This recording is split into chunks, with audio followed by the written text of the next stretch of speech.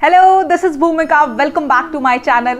ये है second part मेरे मथुरा वृंदावन ट्रिप का, जिसमें आज हम निधिवन जा रहे हैं, फिर बांके बिहारी जी के दर्शन करेंगे एंड देन प्रेम मंदिर देखेंगे। सो अगर आप कुछ भी मिस नहीं करना चाहते हो ना, तो मेरे साथ इस व्लॉग में एंड तक रहिएगा।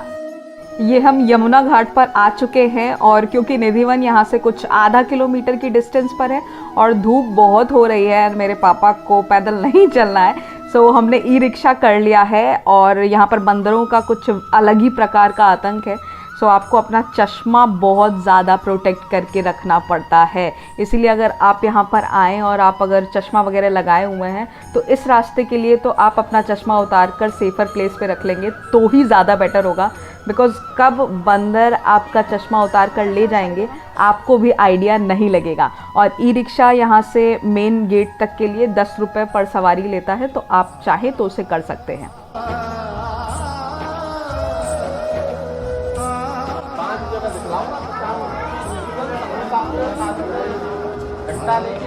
हजारों बंदर मिलेगा, बंदरों से भी बचाऊंगा मैंने।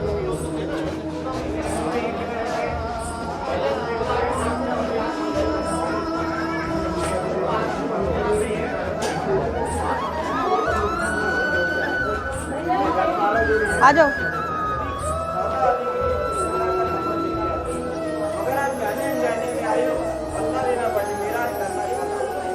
भगवान की ट्रेन आती होती रात 8 बजे।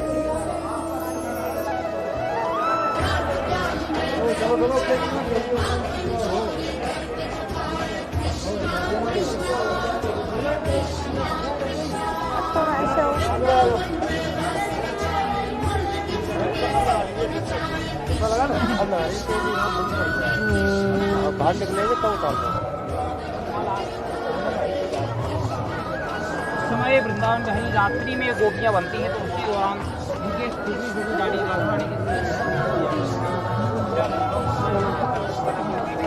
निधिवन वृंदावन में एक ऐसा जंगल है जहां भगवान श्री कृष्ण और देवी राधा आज भी रास रचाते हैं। कहते हैं 15वीं सेंचुरी में स्वामी हरिदास जी, जो कि क्लासिकल सिंगर तानसेन के गुरु भी थे, वो वृंदावन आए थे और निधिवन को अपनी भजन स्थली बना लिया था और वहीं रहने लगे थे। ये विश्वास है कि भगवान श्री कृष्ण और राधा जी आज भी हर शाम निधिवन के इन्हीं जंगलों में गोपियों के साथ रास रचाते हैं। और यही कारण है कि अंधेरा होते ही ये मंदिर बंद हो जाता है।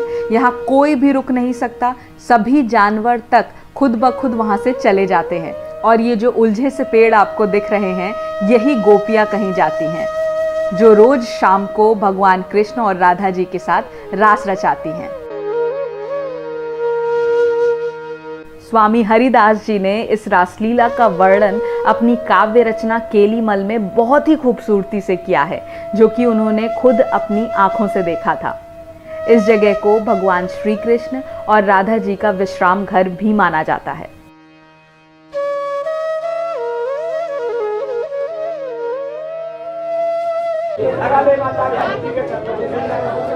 लगाने से कभी क्रोध नहीं आता है।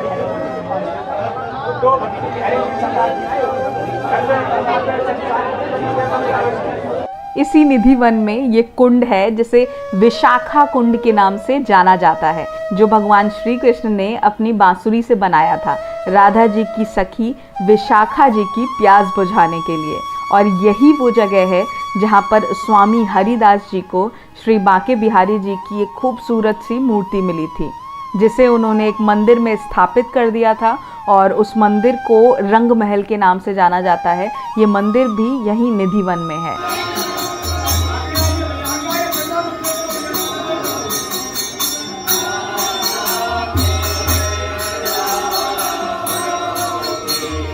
निधिवन के ठीक सामने है यमुना घाट, जहाँ पर मैं नीचे जा रही हूँ आपको दिखाने के लिए। यस, यहाँ बोटिंग भी कर सकते हैं।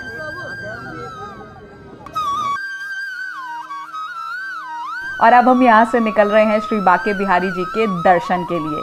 ऑलमोस्ट शाम के 6 बज चुके हैं, निधिवन बंद होने वाला है और बहुत सही डिसीजन था पहले निधिवन को देखने का, उसके बाद बांके बिहारी मंदिर मूव ऑन करने का, बिकॉज 8 बजे तक बांके बिहारी जी का टेम्पल खुला रहेगा। सो अगर आप भी यहाँ पर आए ना तो टाइमिंग्स का खास ध्यान रखिएगा।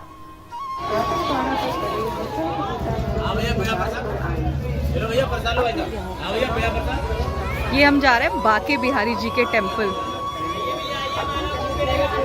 श्री बाके बिहारी मंदिर 1864 में स्वामी हरिदास जी द्वारा बनवाया गया था।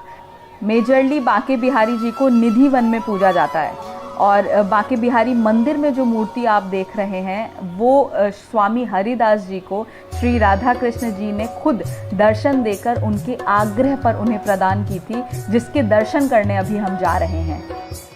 बहुत ही अच्छे दर्शन हुए बाके बिहारी जी के। और अभी हम वृंदावन के एक और बेहद खूबसूरत मंदिर जो कि कृपालू जी महाराज के ट्रस्ट द्वारा बनवाया गया है, प्रेम मंदिर, वहाँ जा रहे हैं। ये कृपालू जी महाराज का आश्रम है और ये स्वामी जी हैं। स्वामी जी, प्रेम मंदिर के बारे में हमें थोड़ा सा बताइए। विश्व के पंचम मूल जगत गुरु स्वामी श्री कृपालू जी महाराज का एक अद्भुत उपहार है संसार के लिए, जो प्रेम मंदिर के नाम से जाना जाता है।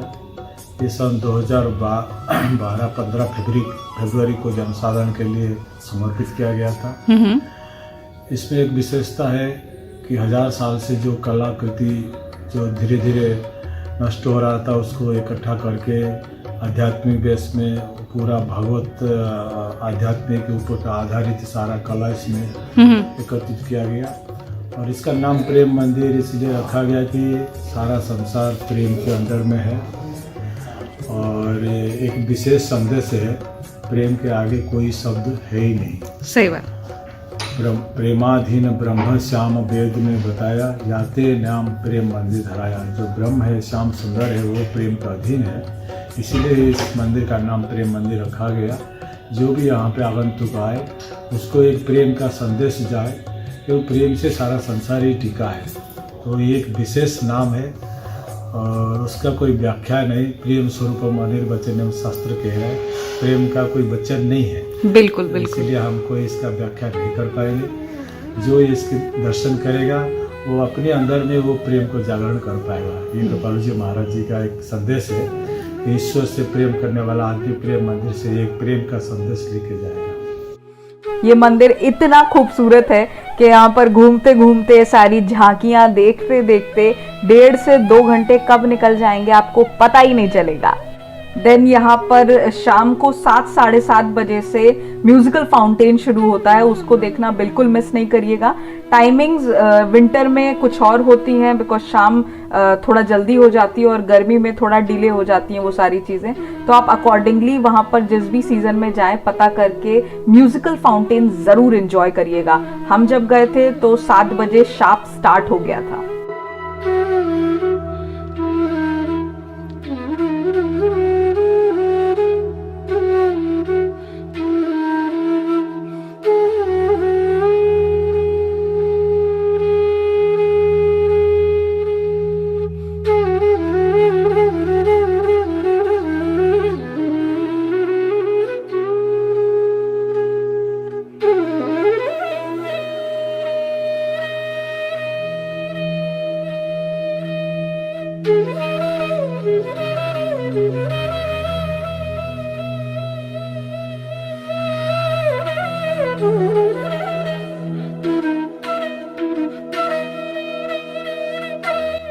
आई होप आपने फर्स्ट पार्ट भी इंजॉय किया होगा मेरे मथुरा वृंदावन ट्रिप का। जस्ट इन केस आप नहीं देखे हैं then go and watch the first part also, जिसमें हमने भगवान श्री कृष्ण की जन्मस्थली देखी है, ब्रह्मांड घाट गए थे, रमन रेती गए थे, रसखान समाधि और चिंताहरण महादेव मंदिर के दर्शन किए। मैं इस व्लॉग की लिंक आपने आई कार्ड में ड्रॉप कर दूंगी, जिससे आप क्लिक करके उस व्लॉग को भी इंजॉय कर सकते हैं। एंड आई सजेस्ट कि देखिएगा ज़रूर, जिससे आपको एक पूरा वर्चुअल ट्रिप मिल सके मथुरा वृंदावन का।